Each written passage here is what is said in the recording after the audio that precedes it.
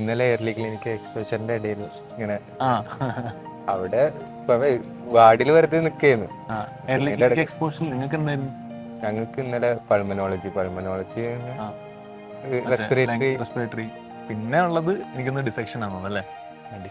Dissection ഹാളിൽ ഇപ്പൊ നീ നേരത്തെ പറഞ്ഞത് അതായത് മറ്റേ സ്കിന്നും ഇതൊക്കെ ചെയ്യുന്നതെന്നൊക്കെ പറഞ്ഞു. ഫസ്റ്റ് ഇൻസിഷൻ നമുക്ക് ഇങ്ങനെ കൈ വിറച്ചോണ്ടിരിക്കും അതില്. അതായത് ഇൻസെഷൻ എന്ന് പറയുമ്പോൾ മുറിക്കണം. ബോഡിയിൽ വേറൊരു കട്ടും ഉണ്ടായിരുന്നില്ല. ആസിമോട് കുറെ സംസാരിച്ചു. മെയിൻലി ഇവിടുത്തെ ഫസ്റ്റ് ഇയറിലെ എക്സ്പീരിയൻസസ് ആയിരുന്നു. ഫസ്റ്റ് ക്ലിനിക്കൽ എക്സ്പോഷറിന് പോയപ്പം അതായത് ക്ലിനിക്കൽ എക്സ്പോഷർ എങ്ങനെയായിരുന്നു, ഡിസെക്ഷൻ ഹാളിൽ പോയപ്പോൾ ഉള്ള കുറച്ച് എക്സ്പീരിയൻസ്, ഇങ്ങനെയുള്ള കാര്യങ്ങളൊക്കെ ഷെയർ ചെയ്യായിരുന്നു. ആസിം പറഞ്ഞു കുറെ പേർക്കൊക്കെ ബുദ്ധിമുട്ടുണ്ടായിരുന്നു അല്ലേ? അതൊക്കെ ബുദ്ധിമുട്ടുണ്ടാവും. ഒരു കണ്ടിട്ടില്ലാത്ത പലതും കാണേണ്ടി വരും. അതെ, കണ്ടിട്ടില്ലാത്ത പലതും കാണേണ്ടി വരും എന്നൊക്കെ പറഞ്ഞു. അപ്പം അത് എനിക്ക് തോന്നുന്നു നിങ്ങൾക്കൊരു ഹെഡ്സപ്പ് പോലെയാണ്. നിങ്ങൾ എന്തായാലും അടുത്ത കൊല്ലം ഇപ്പം ആസിം തൃശ്ശൂർ മെഡിക്കൽ കോളേജിലാണ്, അതുപോലെ വിവിധ മെഡിക്കൽ കോളേജിലേക്ക് വരാൻ പോകുന്ന വിദ്യാർത്ഥികളാണ്. അപ്പം എന്താണ് നിങ്ങൾ എക്സ്പീരിയൻസ് ചെയ്യാൻ പോകുന്നത് എന്നുള്ളൊരു ജസ്റ്റ് ഒരു ഇൻട്രോ പോലെയാണ് നിങ്ങൾ കേട്ടിട്ടുണ്ടാവുക. സോ ദിസ് ഈസ് ആസിം, നമ്മുടെ സൈലത്തിന്റെ വീര ബാച്ചിലെ സ്റ്റുഡന്റ് ആയിരുന്നു. ആസിം ഇപ്പം നമ്മുടെ തൃശ്ശൂർ മെഡിക്കൽ കോളേജിലെ ഫസ്റ്റ് ഇയർ MBBS വിദ്യാർത്ഥിയാണ്. അപ്പൊ ആസിമിന്റെ ഞാൻ ആസിമിനോട് ഓരോ ചോദ്യങ്ങൾ മീൻസ് എനിക്കും അത്യാവശ്യം ഇത് കാര്യങ്ങൾ കേൾക്കാൻ ഭയങ്കര ഇൻട്രസ്റ്റ് ആണ്. ആസിം അതേപോലെയാണ് പറഞ്ഞു തരുന്നത്. So I think is going to become a very good doctor. അപ്പം കൺഗ്രാറ്റ്സ് ആസിം. എന്തായാലും എന്തുണ്ട്, എങ്ങനെ തോന്നുന്നു ഇപ്പൊ ആസിം കുറെ പറഞ്ഞു ഓൾറെഡി. എങ്ങനെ തോന്നുന്നു, എങ്ങനെ ഇപ്പൊ ഇങ്ങോട്ടൊരു ഇതിലേക്ക് കയറി ഇപ്പം, അല്ലെങ്കിൽ അവിടെ ഉണ്ടായിരുന്ന ആ ചേഞ്ച് എന്താണ്? നമ്മുടെ ഇപ്പം +2 നിന്ന് മാറി അല്ലെങ്കിൽ ഇപ്പൊ ഒരു റിപ്പീറ്റിംഗ് ജേണിൽ നിന്ന് മാറിയിട്ട് പെട്ടെന്നൊരു ഇതിലേക്ക് വന്നപ്പോണ്ടായ ഒരു ഡ്രാസ്റ്റിക് ആയിട്ടൊരു ചേഞ്ച് ആണല്ലോ, സിലബസ് മൊത്തം മാറിയ ചേഞ്ച് ആണല്ലോ. അപ്പൊ എന്താണ് ഇപ്പോഴത്തെ അവസ്ഥ? പലതും നമ്മള് അവിടെ ഇവിടെയൊക്കെ ബോണൊക്കെ നമുക്ക് എത്ര ബോൺ ഉണ്ടെന്ന് പഠിച്ചു. ഇപ്പൊ ഇവിടെ ഓരോ ബോണിന്റെ പേര്, കാര്യങ്ങൾ, പേരിനേക്കാൾ അതിലേറെ ഓരോ ബോണിന്റെ ഡീറ്റെയിൽസ് ഒക്കെ പഠിക്കുമ്പോൾ പിന്നെ ഓരോ രോഗങ്ങളെ പറ്റിയിട്ടും അതെങ്ങനെ ഉണ്ടാവുന്നതെന്നുള്ളതൊക്കെ.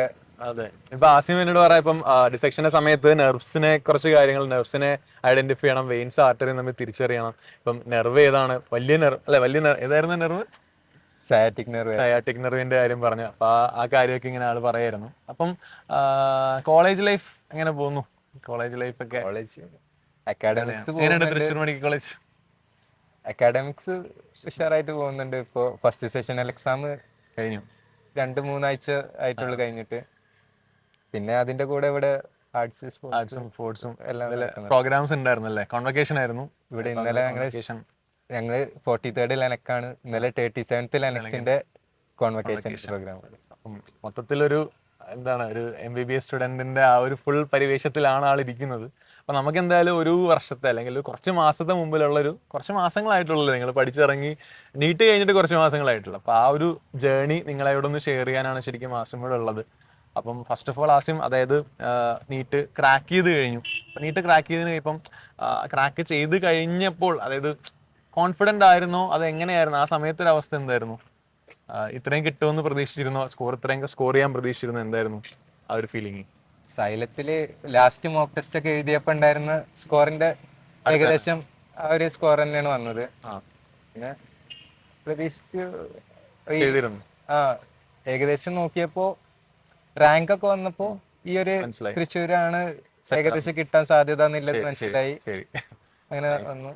ഓക്കെ, അപ്പം ആസിം ഇപ്പം ഒരു കൊല്ലം റിപ്പീറ്റ് ചെയ്ത സമയത്ത് എങ്ങനെയായിരുന്നു ഒരു സ്ട്രാറ്റജി? ഇപ്പം ഫിസിക്സും കെമിസ്ട്രിയും ബോട്ടണി സുവോളജി ഉണ്ടല്ലോ, അപ്പൊ ഏത് സബ്ജക്റ്റിനെയാണ് കൂടുതലായിട്ട് അപ്രോച്ച്, അങ്ങനെ എന്തെങ്കിലുമൊക്കെ ഉണ്ടായിരുന്നോ? ബയോളജി പഠിക്കാൻ സുഖമായതുകൊണ്ട് ബയോളജിക്ക് അധിക ടൈം മാറ്റി വെച്ചില്ല. കുറച്ച് ഫിസിക്സ് ആണ് ഇഷ്ടമായിരുന്നു. ക്വസ്റ്റ്യൻസ് ചെയ്യാനും ഫിസിക്സ് ഇഷ്ടമായിരുന്നു. പിന്നെ ഓർഗാനിക് കെമിസ്ട്രി ചെയ്യാൻ ഇഷ്ടമായിരുന്നു. അപ്പൊ പിന്നെ കുറെ സംഭവങ്ങളും. അപ്പൊ ബയോളജി ഓൾറെഡി ഇപ്പം ആസിം പറഞ്ഞപ്പോ ബയോളജി കുറെയൊക്കെ ഇതാക്കുന്നതാണ്. അപ്പൊ ഈ ബയോളജിയിൽ ഒരു മെയിൻ പ്രശ്നമല്ലേ മെമ്മറൈസ് ചെയ്യാൻ പറ്റുക, അതേപോലെ തന്നെ റിവിഷൻ എങ്ങനെ നടത്തുക എന്നുള്ളത്. ബയോളജിന്റെ റിവിഷനും മെമ്മറൈസേഷൻസ് ഒക്കെ എങ്ങനെയാണ് നടത്തിക്കൊണ്ടിരുന്നത്? അപ്പൊ കുറച്ച് കാര്യങ്ങൾ മെമ്മറൈസ് ചെയ്യണല്ലോ ടെക്സ്റ്റിൽ നിന്നൊക്കെ. അപ്പൊ അതെങ്ങനെയായിരുന്നു? ന്യൂമോണിക്സ് പോലെയൊക്കെ ചെയ്യാൻ പറ്റുകയാണെന്നുണ്ടെങ്കിൽ കോഡാണ് അങ്ങനെ ചെയ്യുന്നവരുണ്ട്. പിന്നെ ഫാമിലീസിന്റെ പേരൊക്കെ മറ്റേ ഫ്ലോറൽ, അങ്ങനെ അനാട്ടമി, ഫ്ലവേഴ്സിന്റെ അനാട്ടമി ഒക്കെ പഠിക്കാൻ കുറച്ച് കോഡ് പോലെയൊക്കെ നോക്കുന്നതാണ് നല്ലത്. എക്സാമ്പിൾസ് കുറെ പഠിക്കാനുണ്ടാവും. Questions work out ചെയ്തില്ലായിരുന്നു? അതായത് ബയോളജി ഇപ്പൊ ടെക്സ്റ്റ് വായിക്കുന്നതിന്റെ കൂടെ തന്നെ ക്വസ്റ്റ്യൻസും വർക്ക്ഔട്ട് ചെയ്താണ് പോയിക്കൊണ്ടിരുന്നത്.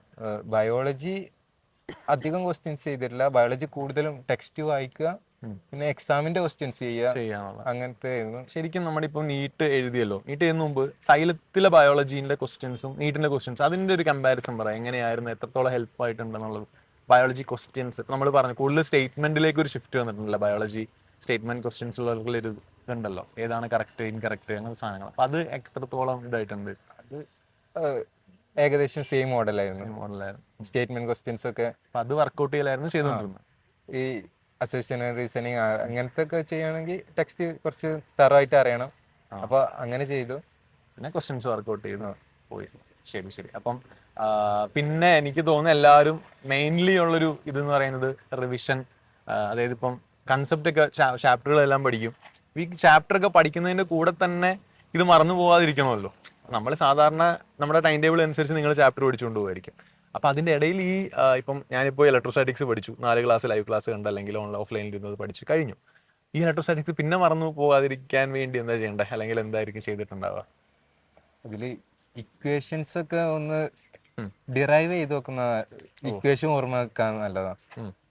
ഇക്വേഷൻ പെട്ടെന്ന് മറന്നു പോയാലും കൺസെപ്റ്റിന്ന് എങ്ങനെ ഇക്വേഷനിലേക്ക് എത്താന്നില്ലതൊന്ന് അതെ അതെ മനസ്സിലായി അങ്ങനെ പഠിക്കാൻ പറ്റുന്ന ഇക്വേഷൻസ് അങ്ങനെ തന്നെ പഠിച്ചു വെക്കുക എന്നുള്ളതാണ്. അങ്ങനെ പഠിച്ചേക്കുക. പിന്നെ ഓവർ കോംപ്ലക്സ് ആയിട്ടുള്ള ഇക്വേഷൻ ആണെന്നുണ്ടെങ്കിൽ എങ്ങനെയെങ്കിലും നമ്മുടെ രീതിയിൽ ന്യൂമോണിക്സ് വെച്ചിട്ട് ഓക്കെ ആണല്ലോ. ഫിസിക്സ് മെയിൻലി ഇപ്പൊ നമ്മൾ പറഞ്ഞ പോലെ ഒരു ചാപ്റ്റർ പഠിച്ചു. നമ്മൾ ചിലപ്പോൾ റെക്കോർഡ് ക്ലാസ് കണ്ടിട്ടോ ലൈവ് ക്ലാസ് കണ്ടോ ചാപ്റ്റർ പഠിക്കുന്നു. ചാപ്റ്റർ പഠിച്ചു കഴിഞ്ഞിട്ട് പിന്നെ ആ ചാപ്റ്ററിനെ പിന്നെ അടുത്ത ചാപ്റ്ററിലേക്ക് കയറുക. അപ്പൊ ആ ചാപ്റ്റർ ഓർത്തിരിക്കാൻ വേണ്ടി ആ ചാപ്റ്ററിലെ മെത്തേഡ്സ് എന്താ, അത് പിന്നെ മറന്നു പോയിരിക്കാൻ വേണ്ടി ഇടയ്ക്കിടയ്ക്ക് റിവിഷൻ ചെയ്യുമായിരുന്നോ? ഇടയ്ക്ക് ക്വസ്റ്റ്യൻസ് പഴയ ഒരു 10 ക്വസ്റ്റ്യനൊക്കെ പഴയ ചാപ്റ്ററിൽ നിന്ന് എടുത്ത് ചെയ്യും. അപ്പോൾ ഈ ഇക്വേഷൻ മറന്നു പോകാതിരിക്കാൻ വേണ്ടിയിട്ട് സിമ്പിൾ ഇക്വേഷൻസ് ഒക്കെ ആണെന്നുണ്ടെങ്കിൽ കൺസെപ്റ്റിന് എങ്ങനെ ഡിറൈവ് ചെയ്ത് വന്നു എന്നുള്ളത് ഒന്ന് ചെയ്ത് നോക്കുക. അപ്പോൾ ആ ഇക്വേഷൻ ശരിക്കും എല്ലാ ഇക്വേഷനും പഠിച്ചിരിക്കുക എന്നുള്ളത് പ്രാക്ടിക്കലി പോസിബിൾ അല്ലല്ലോ. കുറെയൊക്കെ കൺസെപ്റ്റിന് നമ്മൾ എടുത്ത് ഇതൊക്കെയാണെന്നുള്ളത് മനസ്സിലാക്കണം. പാടുള്ള ഇക്വേഷൻസ് ബൈ ഹാർട്ട് ചെയ്ത് സാധനം വെക്കുക എന്നുള്ളതാണ് നമ്മുടെ സ്ട്രാറ്റജി. അങ്ങനെയാണ്. NCERT ഫിസിക്സിന് എങ്ങനെ യൂസ് ചെയ്തേ? NCERT back exercise solid examples ചെയ്തിട്ടുണ്ട്. അത് കൺസെപ്റ്റ് മനസ്സിലാക്കാനായിട്ട് ഭയങ്കര.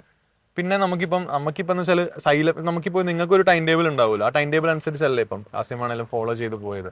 അപ്പം കറക്റ്റ് സൈലത്തില് ഈ ചാപ്റ്റേഴ്സ് പഠിക്കാൻ വന്നു കഴിഞ്ഞാൽ അത് തന്നെ പെൻഡിങ് വരുത്താതെ ഇങ്ങനെ ഫോളോ ചെയ്ത് നോക്കുക എന്നുള്ളതാണ്. ശരി ശരി. അപ്പൊ നമ്മുടെ ഇപ്പൊ ഈ ഒരു സ്ട്രാറ്റജി ഉണ്ടല്ലോ, ഇപ്പം നമ്മളിപ്പം ആദ്യമേ നമ്മൾ ഫുൾ ടോപ്പിക്സ് തീർക്കുന്നു, അതനുസരിച്ച് റിവിഷൻ സ്റ്റാർട്ട് ചെയ്യുന്നു, അതിനനുസരിച്ച് കൂടെ എക്സാംസും പോകുന്നു. അപ്പൊ ആ സ്ട്രാറ്റജി എത്രത്തോളം യൂസ് ചെയ്തിട്ടുണ്ട്, നീറ്റിന്റെ എക്സാമിൽ എത്രത്തോളം ഉപയോഗപ്പെടുത്തിയിട്ടുണ്ട്?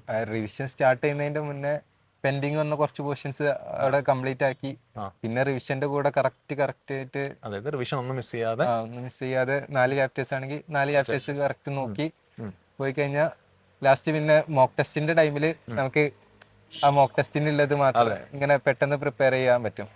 അപ്പൊ അതിനുവേണ്ടി എങ്ങനെ മെറ്റീരിയൽസോ മൈൻഡ് മാപ്സോ അങ്ങനെ നമ്മൾ യൂസ് ചെയ്യുമായിരുന്നോ? അതായത് മൈൻഡ് മാപ്സ് ഏറ്റവും ലാസ്റ്റ് എക്സാമിന്റെ തലേന്നൊക്കെ ഒന്ന് റിവിഷൻ വേണ്ടി യൂസ് ചെയ്യും. എല്ലാ ഇക്വേഷൻസ് ഒക്കെ ഒന്ന് കണ്ട് പിന്നെ നമ്മുടെ ആപ്പ് ഉപയോഗിച്ചിട്ട് വീഡിയോസ് അല്ലാണ്ട് ഓഫ്ലൈനിലെ ക്ലാസ്സുകളൊക്കെ കണ്ടിട്ടാണ് പോകുന്നത്. അപ്പൊ ഞാൻ ചോദിക്കട്ടെ, ഇപ്പൊ നമുക്കിപ്പോ ഡെയിലി എക്സാംസ് ഉണ്ട്, നമ്മളിപ്പോ ഡെയിലി എക്സാംസ് നടത്തുന്നുണ്ടല്ലോ. അപ്പൊ ഈ ഡെയിലി എക്സാംസിന് എങ്ങനെയാ, അതിപ്പോ നമുക്ക് ചിലപ്പോൾ എല്ലാം ശരിയാകണമെന്നില്ല, കുറെയൊക്കെ പോകും. അപ്പൊ അതിന്റെ ഡെയിലി എക്സാംസ് നിങ്ങളുടെ ക്വസ്റ്റ്യൻ നിങ്ങളുടെ കയ്യിലേക്ക് തരികയാണ്. ഈ ഡെയിലി എക്സാംസ് കഴിഞ്ഞ് അതിന്റെ റിവിഷൻ എങ്ങനെയാ ചെയ്തുകൊണ്ടിരുന്നത്? ഇത് പിന്നെയും ചെയ്ത് നോക്കുവോ?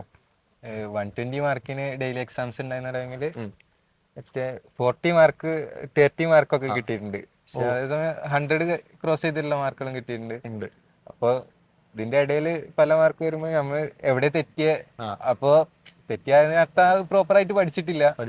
അപ്പൊ ഇത് ക്ലാസ് എടുത്ത് തരുന്നതിന്റെ മുന്നേ തന്നെ എക്സാം നടത്തുന്നോട്ട് പിന്നെ പോയ ടോപ്പിക്ക് ക്ലാസ്സിൽ നിന്ന് നല്ലപോലെ മനസ്സിലാക്കാൻ പിന്നെ മനസ്സിലായിട്ടില്ല എന്നുണ്ടെങ്കിൽ റൂമിൽ പോയിരുന്നിട്ട് ആ ടോപ്പിക് ഒന്ന് പഠിക്കുക, 2 ക്വസ്റ്റ്യൻ ചെയ്യാം, 3 ക്വസ്റ്റ്യൻ ചെയ്യാം.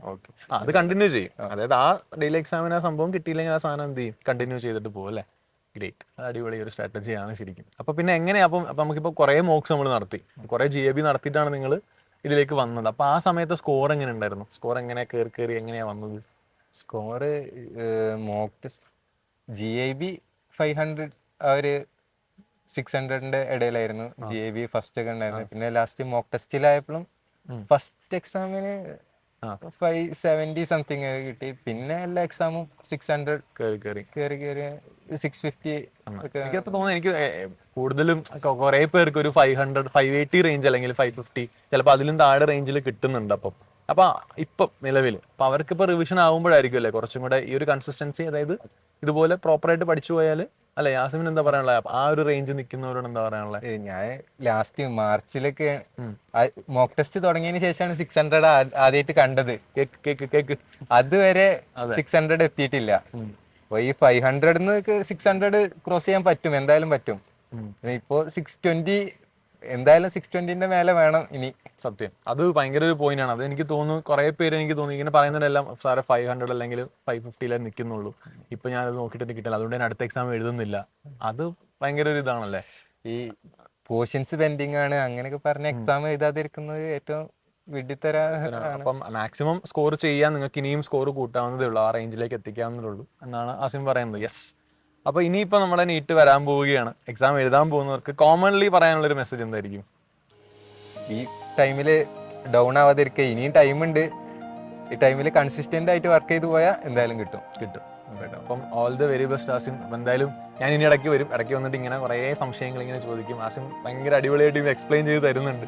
നമുക്കത് കേൾക്കുമ്പോൾ ഭയങ്കര സന്തോഷമാണ്. നമ്മളിവിടെ പഠിച്ച ഒരാൾ പഠിച്ചിട്ട് ഇപ്പം ഒരു മെഡിക്കൽ കോളേജിൽ എത്തുന്നു, ആള് വേറെ കാര്യങ്ങൾ ഇങ്ങനെ ഓരോന്ന് എക്സ്പ്ലെയിൻ ചെയ്തുകൊണ്ടിരിക്കുന്നു. It's very nice to hear. അടുത്ത വർഷം നിങ്ങൾ ഇതേപോലെ നമ്മളെയൊക്കെ വിളിക്കുക, ഇങ്ങനെയുള്ള കാര്യങ്ങളൊക്കെ എക്സ്പ്ലെയിൻ ചെയ്യുക. Asim is A living example. അപ്പം ഓൾ ദി വെരി ബെസ്റ്റ്. അപ്പം നമുക്ക് ഇനിയും കാണാം. Thank you.